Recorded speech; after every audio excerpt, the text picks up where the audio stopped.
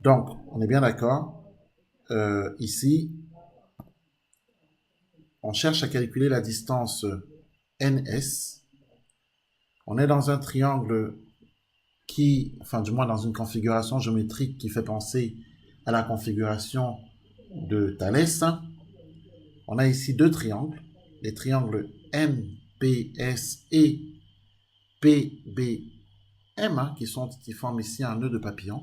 Ils sont donc dans la configuration de Thalès. On a les données que vous voyez affichées complètement ici à gauche, puis les données qui sont là. On sait que le point I, par exemple, est le milieu du segment SP, et on sait que les points N, P, C et M, puis les points S, I, P, E et B sont alignés. Donc, sachant que l'on veut calculer la distance NS, hein, eh bien, on a besoin d'appliquer le théorème de Thalès.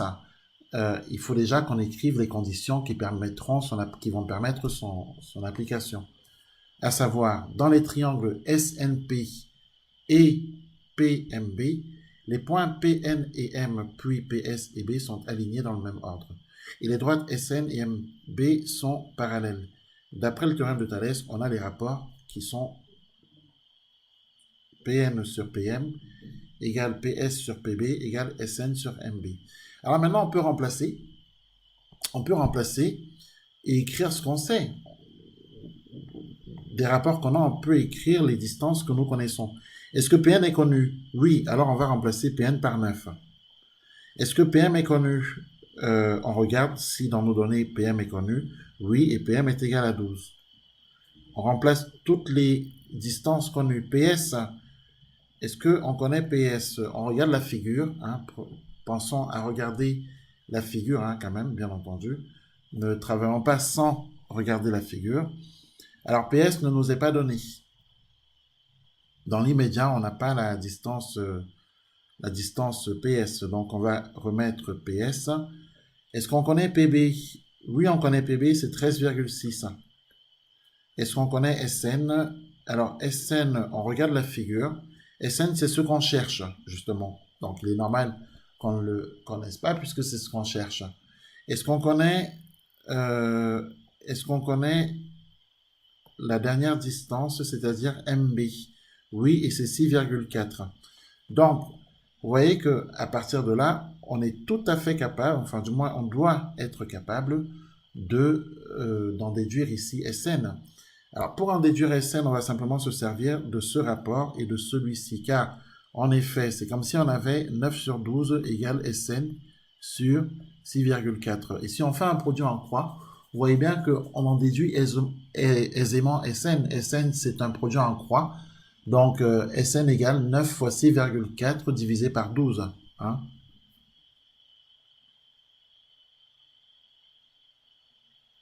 On peut écrire ceci. On a donc Sn qui est égal à 9 fois 6,4 divisé par 12. Donc, Sn égale... Alors, faites le calcul. Sn est égal à quoi, là?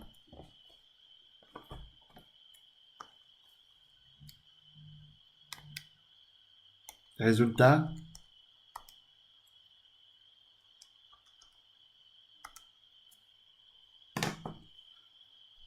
Vous avez vos calculatrices? Oui, Alors, résultat, Sn est égal à... 4,8. Très bien, 4,8 cm. Voilà. Et donc, on peut, maintenant qu'on a trouvé Sn, on peut venir ici, hein, dans la figure, marquer ce qu'on sait. D'accord? Donc, on sait que Sn c'est 4,8. Eh bien, pourquoi pas l'écrire? Voilà. On peut compléter notre figure au fur et à mesure qu'on trouve des distances. Donc, quelle est la question suivante? La question suivante, c'est les droites CE et MB. Hein, regardez bien la figure. Les droites CE et MB sont-elles sont-elles parallèles? Bon, alors, pour le savoir, on peut euh, appliquer ce qu'on appelle la réciproque de la propriété de de Thalès.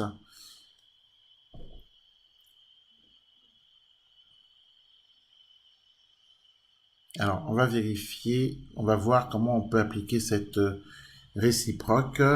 On va effacer ce qu'on a traité ici, hein, puisque maintenant on a calculé Sn. Hein, donc on sait que Sn est égal à 4,8 cm.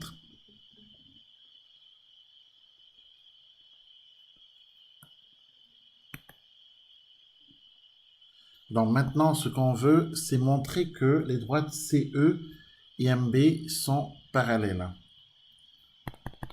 Alors rappelons que les droites MB et CE sont ici. Hein. Ici, on a CE et ici, on a MB. On veut montrer qu'elles sont parallèles. Enfin, du moins, on cherche à savoir si elles le sont. Il faudrait qu'on se place dans les triangles PEC et PBM. Mais oui, parce que dans ces triangles, on va chercher à savoir si les droites CE et MB sont parallèles. Et pour savoir si les droites CE et MB sont parallèles, il faudrait qu'on vérifie les rapports PE sur PB, qu'on vérifie s'ils sont égaux, si le rapport PE sur PB est égal au rapport PC sur PM. C'est tout en fait. Donc, il faut qu'on aille chercher à quoi est égal ce rapport, à quoi est égal ce rapport, et si ces deux rapports sont égaux, alors on pourra conclure, d'après la réciproque de la propriété de Thalès, que les droites CE et MB sont parallèles. Donc, du coup, allons chercher donc ces rapports. Le rapport PE sur PB, il est égal à quoi? Alors, est-ce que PE, on connaît? Oui. PE, c'est 3,4 cm, regardez dans nos données. Donc, on connaît PE. Est-ce que PB est connu? Oui, c'est 13,6.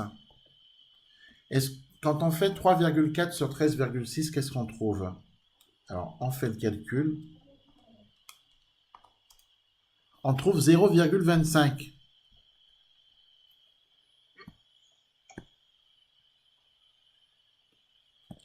On trouve 0,25. Maintenant, il faut calculer l'autre rapport pour voir si on trouve la même chose.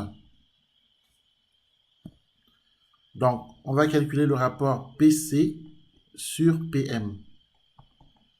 Alors, est-ce que PC est donné? Oui, PC c'est 3 cm. Est-ce que PM est donné? Oui, c'est 12. Est-ce que 3 sur 12 c'est égal à 0,25? On va le savoir tout de suite.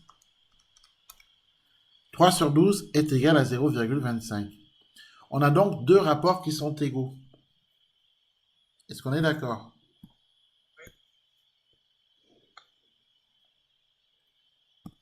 Donc, on peut écrire qu'on constate que le rapport PE sur PB est égal au rapport PC sur PM. Eh bien, cela est suffisant pour dire, d'après la réciproque du théorème de Thalès, que les droites CE et MB sont parallèles.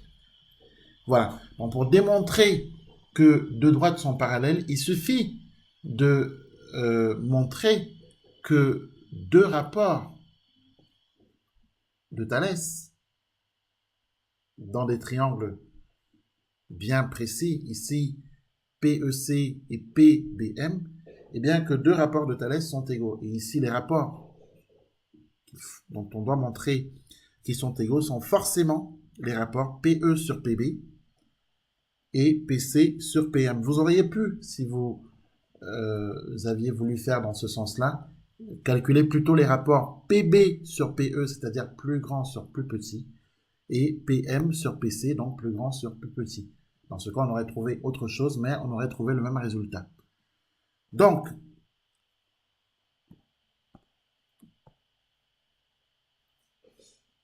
on peut donc poursuivre en écrivant ceci. D'après la réciproque du théorème de Thalès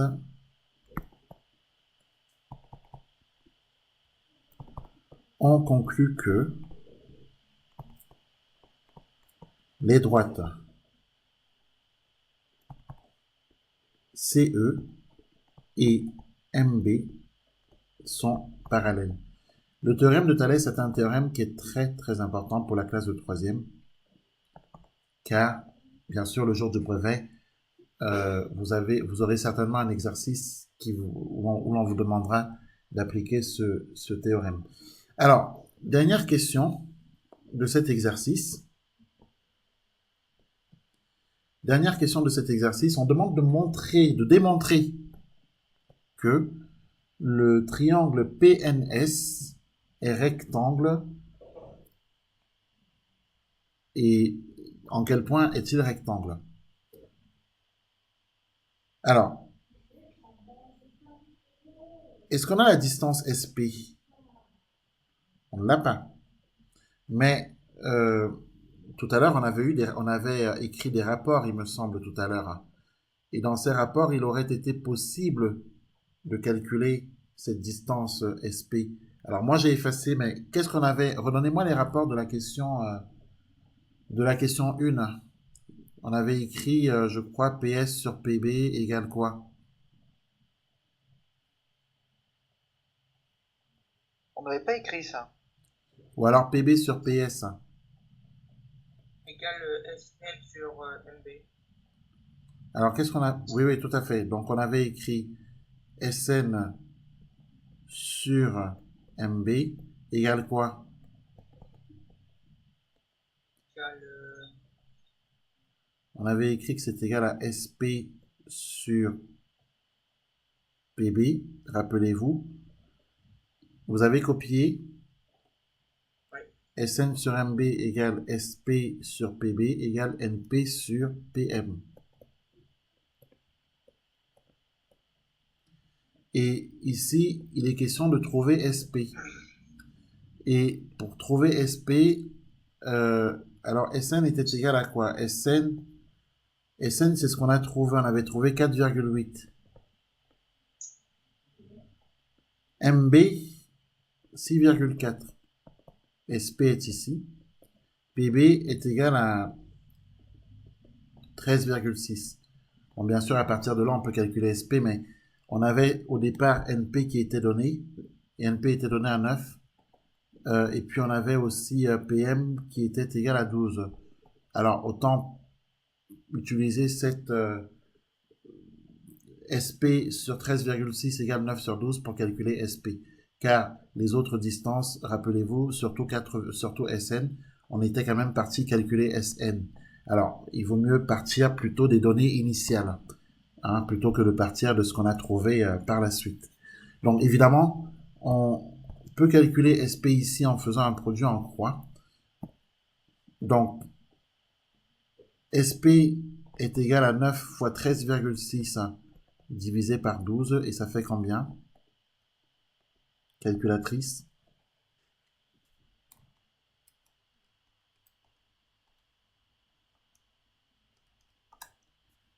Alors moi je trouve 10,2 cm. Est-ce que vous trouvez la même chose? Oui.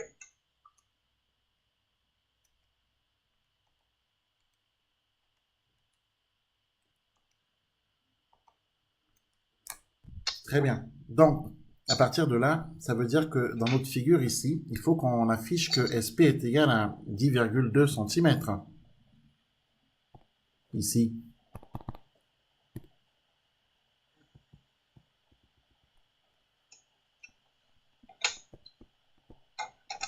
On a donc 10,2 cm.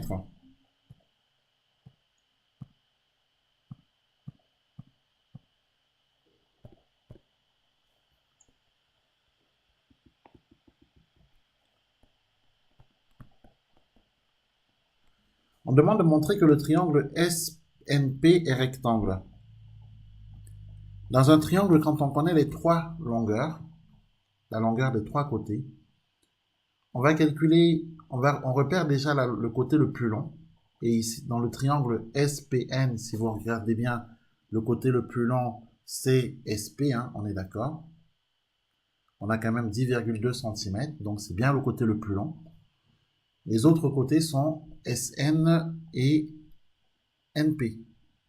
Donc, pour démontrer qu'un triangle est rectangle, on prend le côté le plus long, on l'élève au carré, on voit ce que ça donne. Ensuite, on fait la somme des carrés des deux autres côtés, c'est-à-dire 4,8 au carré plus 9 au carré. Et on voit ce que ça donne. Si on trouve le même résultat que 10,2 au carré, alors on pourra conclure, d'après la réciproque de la propriété de Pythagore cette fois-ci, que le triangle SNP est rectangle. Alors, voyons voir comment on peut donc rédiger ça.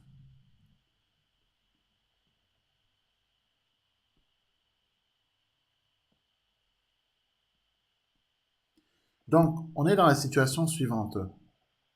On a un triangle qui est le triangle SNP que je reproduis plus bas, hein, bien entendu. Donc, on a le triangle SNP. On sait que SP, c'est 10,2 cm. On sait qu'ici, on a 9 cm et ici, on a 4,8 cm. La question qui nous est posée, c'est est-il rectangle? D'accord? Est-il rectangle? Donc, ce qui signifie que pour l'instant, on ne sait pas s'il l'est. Bon. Donc, du coup, ce qu'il nous faut, comme je vous disais, c'est prendre le côté le plus long. Donc, le segment SP, c'est lui qui est le côté le plus long. Ce n'est pas l'hypoténuse, hein. Parce qu'on ne sait pas si le triangle SNP est rectangle. Donc, pour l'instant, il ne porte pas le nom d'hypoténuse.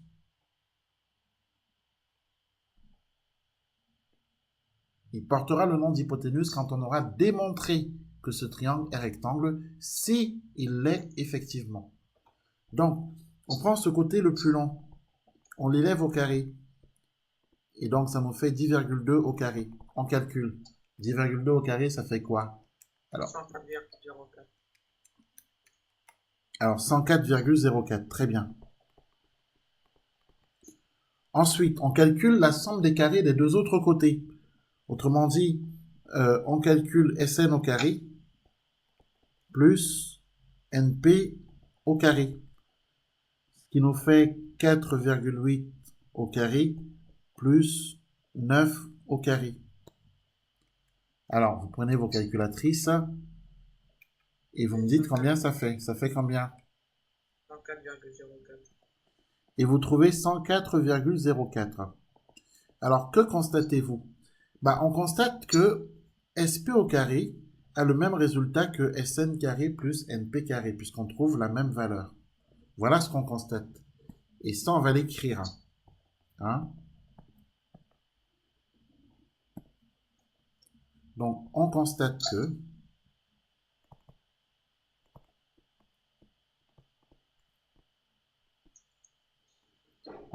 que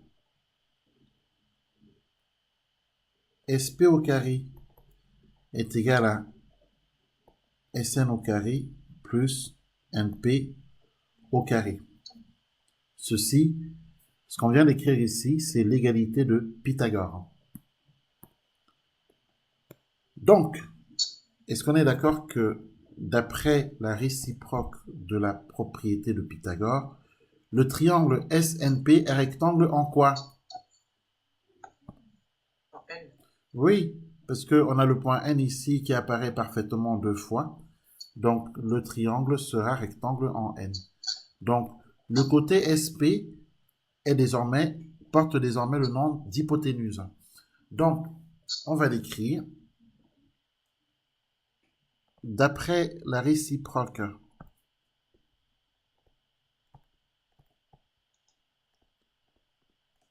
du théorème de Pythagore,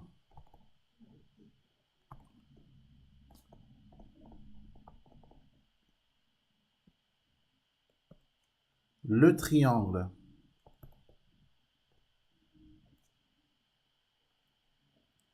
SNP est rectangle en n. Alors, vous avez ici un grand classique des contrôles, hein, cet exercice. Hein. Un très grand classique des contrôles et même du brevet des collèges. Voilà. Donc, est-ce que vous avez compris? Est-ce que vous avez des questions? Non, non. Kenzo, Oui. est-ce que tu as tout compris? Non. Ouais, c'est bon, j'ai pas de questions. J'ai tout compris. Laetitia, tu as compris? Alors, c'est bien ici, ça nous a permis de travailler sur la notion de enfin, comment appliquer le théorème de Thalès, comment démontrer que deux droites sont parallèles en appliquant la réciproque du théorème de Thalès, comment démontrer qu'un triangle est rectangle quand on connaît la longueur des trois côtés, et donc on passe du coup par la réciproque de la propriété de Pythagore dans une configuration géométrique comme celle-ci. Donc vous voyez que ça permet de faire beaucoup de choses. Donc notre application sur cet exercice est terminée. On va passer à autre chose. Donc du coup, grand A égale. Notre calcul prioritaire, on a dit qu'on le fait en premier. Donc 3 cinquièmes multiplié par l'inverse de 9 sur 25, c'est-à-dire par 25 sur 9. Vous voyez, on a retourné la deuxième fraction. Ensuite, on écrit le reste. Le reste, c'est quoi? Le reste, c'est ce qu'on a ici, c'est-à-dire 4 cinquièmes avec le moins qui est là. Bon, on aurait pu dire moins 3 cinquièmes si vous voulez, mais bon. Alors, du coup, on a 4 cinquièmes.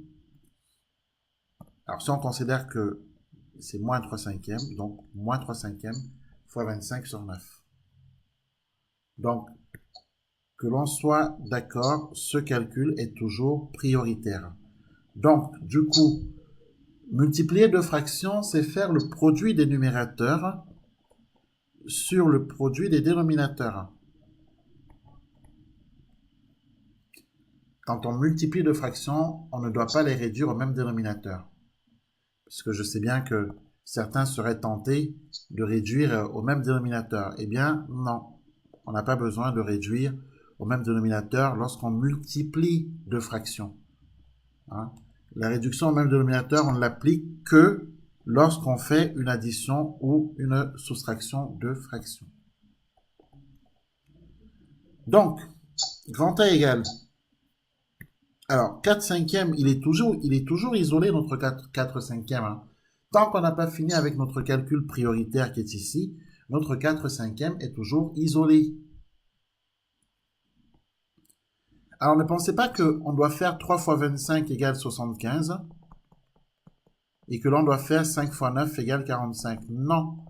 On doit d'abord simplifier avant d'effectuer. Rappelez-vous, quand on a ce type de calcul, quand on a ce type d'expression, on doit d'abord simplifier avant d'effectuer.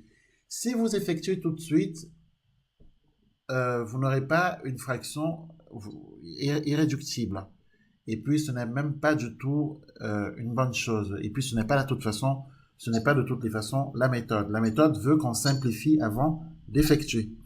Donc, simplifions donc avant d'effectuer. 3, ça reste 3. 25, on peut l'écrire en 5 fois 5.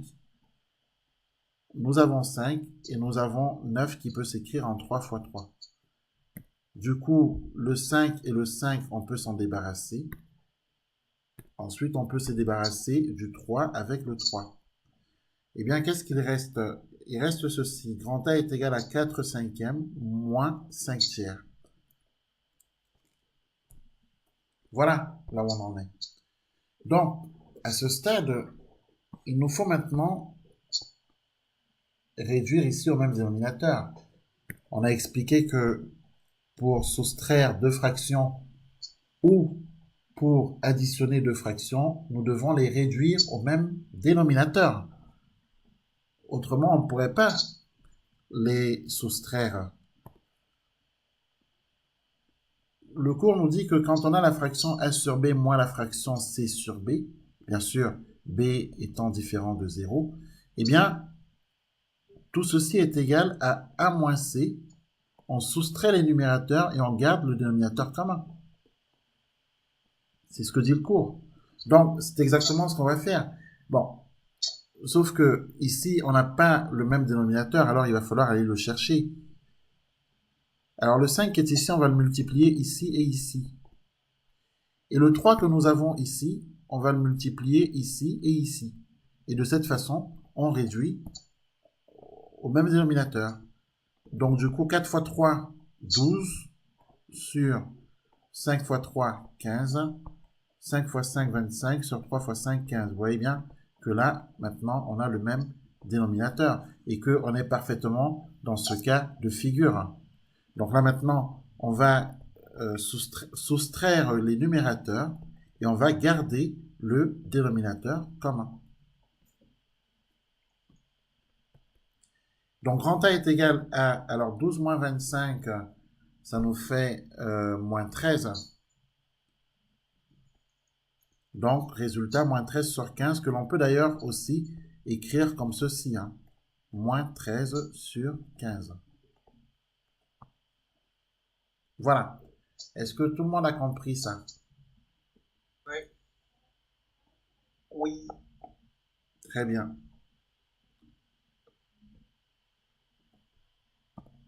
Alors, calculons ceci. Grand B égale 27 fois 10 à la puissance 5 fois 10 à la puissance moins 7 divisé par 8 fois 10 à la puissance moins 12.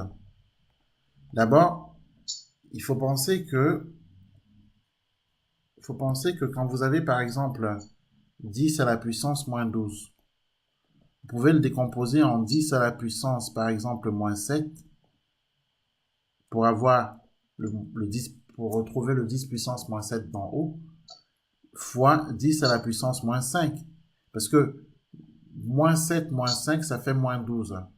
Donc, pourquoi pas décomposer ce 10 puissance moins 12 en 10 puissance moins 7 fois 10 puissance moins 5, ce qui permettra de se débarrasser des 10 puissance moins 7. Bon, je recommence.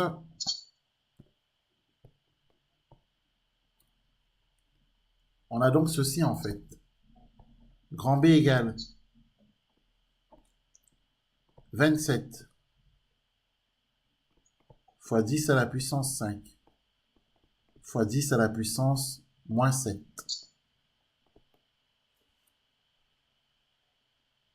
Sur 8 fois 10 à la puissance moins 12. Mais 10 à la puissance moins 12, c'est 10 à la puissance moins 7 fois 10 à la puissance moins 5.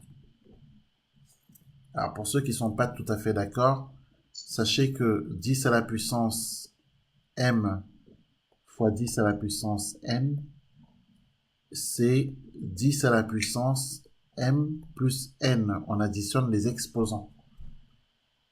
Donc, évidemment, si la puissance m, c'est moins 7, et si la puissance n, c'est moins 5, vous voyez bien qu'on fait moins 7 plus moins 5, c'est-à-dire moins 12. On retrouve bien le moins 12 qui est ici.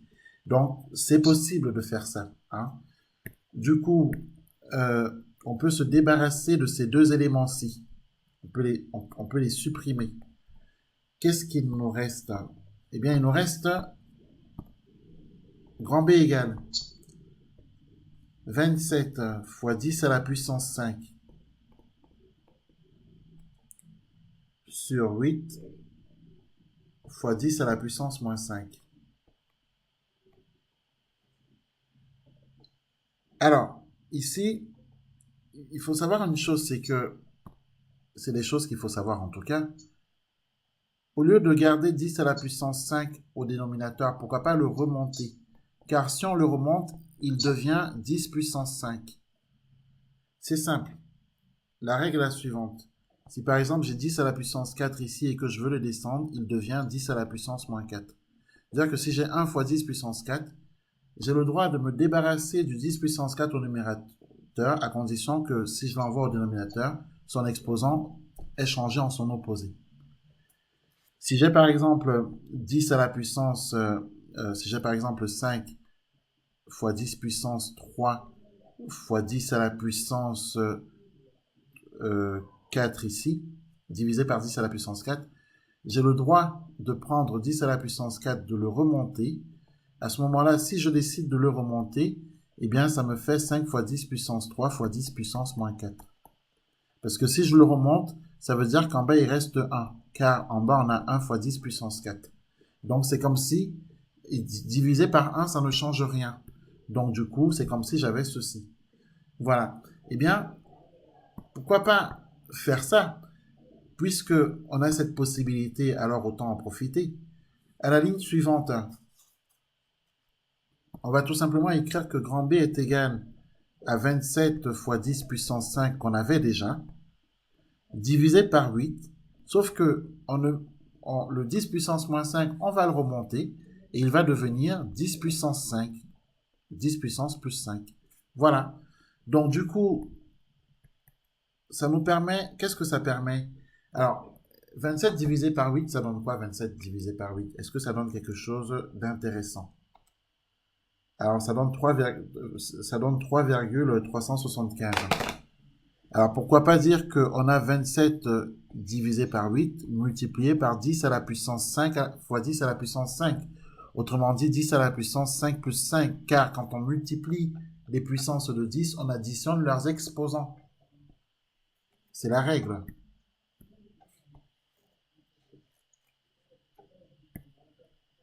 Alors, sachant que 27 sur 8, c'est 3, je crois, 375. Bah, on écrit 3,375 fois 10 à la puissance 10. Eh bien, ça tombe très bien, parce que l'écriture qu'on vient de trouver, c'est ce qu'on appelle l'écriture scientifique. Et on laisse ça comme ça, car c'est bien l'écriture scientifique qu'on vient de trouver. Donc, inutile de donner le résultat sous une autre forme. Je pense que c'est la meilleure forme ici possible. Est-ce que vous avez compris? Oui. Très bien. Eh bien, on a terminé.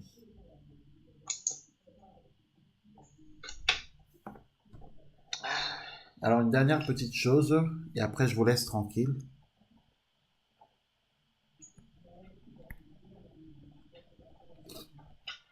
Comment décomposer un produit de facteur premier?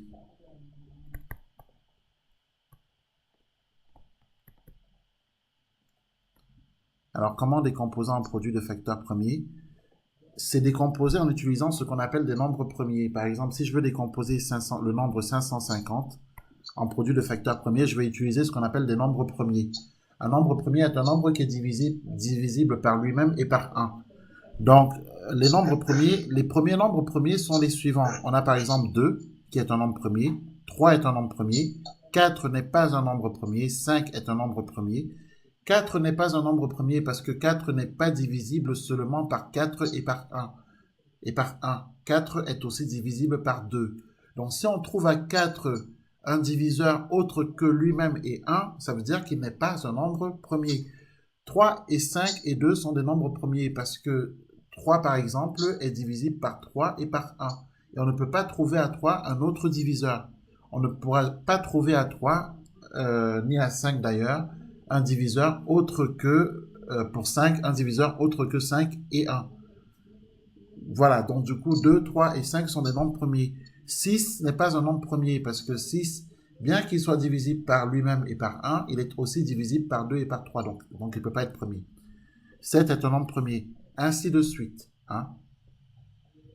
Donc 8, 9, 10 ne sont pas des nombres premiers, 11 est un nombre premier, 12 n'est pas premier, 13 est premier, 14, 15, 16 ne sont pas premiers, 17 est premier, 18, 19 est un nombre premier, 20, 21, tout ça, 20 n'est pas un nombre premier parce que 20 c'est 4 fois 5, 21 non plus, 21 c'est 7 fois 3, 22 encore pire, 23 est premier. Bon, on peut trouver comme ça une infinité de nombres premiers. Bon, peu importe, dans tous les cas, quand on veut décomposer un produit de facteur premier, ça veut dire qu'on va diviser par des nombres premiers, forcément. Alors, si l'on prend par exemple 550, 550 c'est un nombre pair. Les nombres pairs sont toujours divisibles par 2. Alors, on commence par diviser 550 par 2 et on trouve 275. Voilà, seulement 275 se terminant par 5, il est divisible par 5. Alors, on fait 275 divisé par 5 et on trouve 55. 55 lui-même se termine par 5, il est encore divisible par 5. Il est aussi, pardon, divisible par 5. Et on trouve 11. Et 11 est divisible par 11, nombre premier, et on trouve 1. Donc, on peut dire que 550, c'est en fait 2 fois 5 fois 5 fois 11. Et on dit qu'on a décomposé 550 en produit de facteurs premiers. Donc, vous voyez, c'est pas très compliqué. Et on peut tenter la même chose avec 320. 320 est divisible par 2, ça nous fait 160, qui lui-même est encore divisible par 2 et ça nous fait 80, qu'on peut encore diviser par 2, ça fait 40. 40 est divisible par 2, oui, parce que tant que ce sont des nombres pairs, c'est-à-dire des nombres, donc le chiffre des unités est 0, 2, 0, 2, 4, 6, 8, on peut diviser par 2.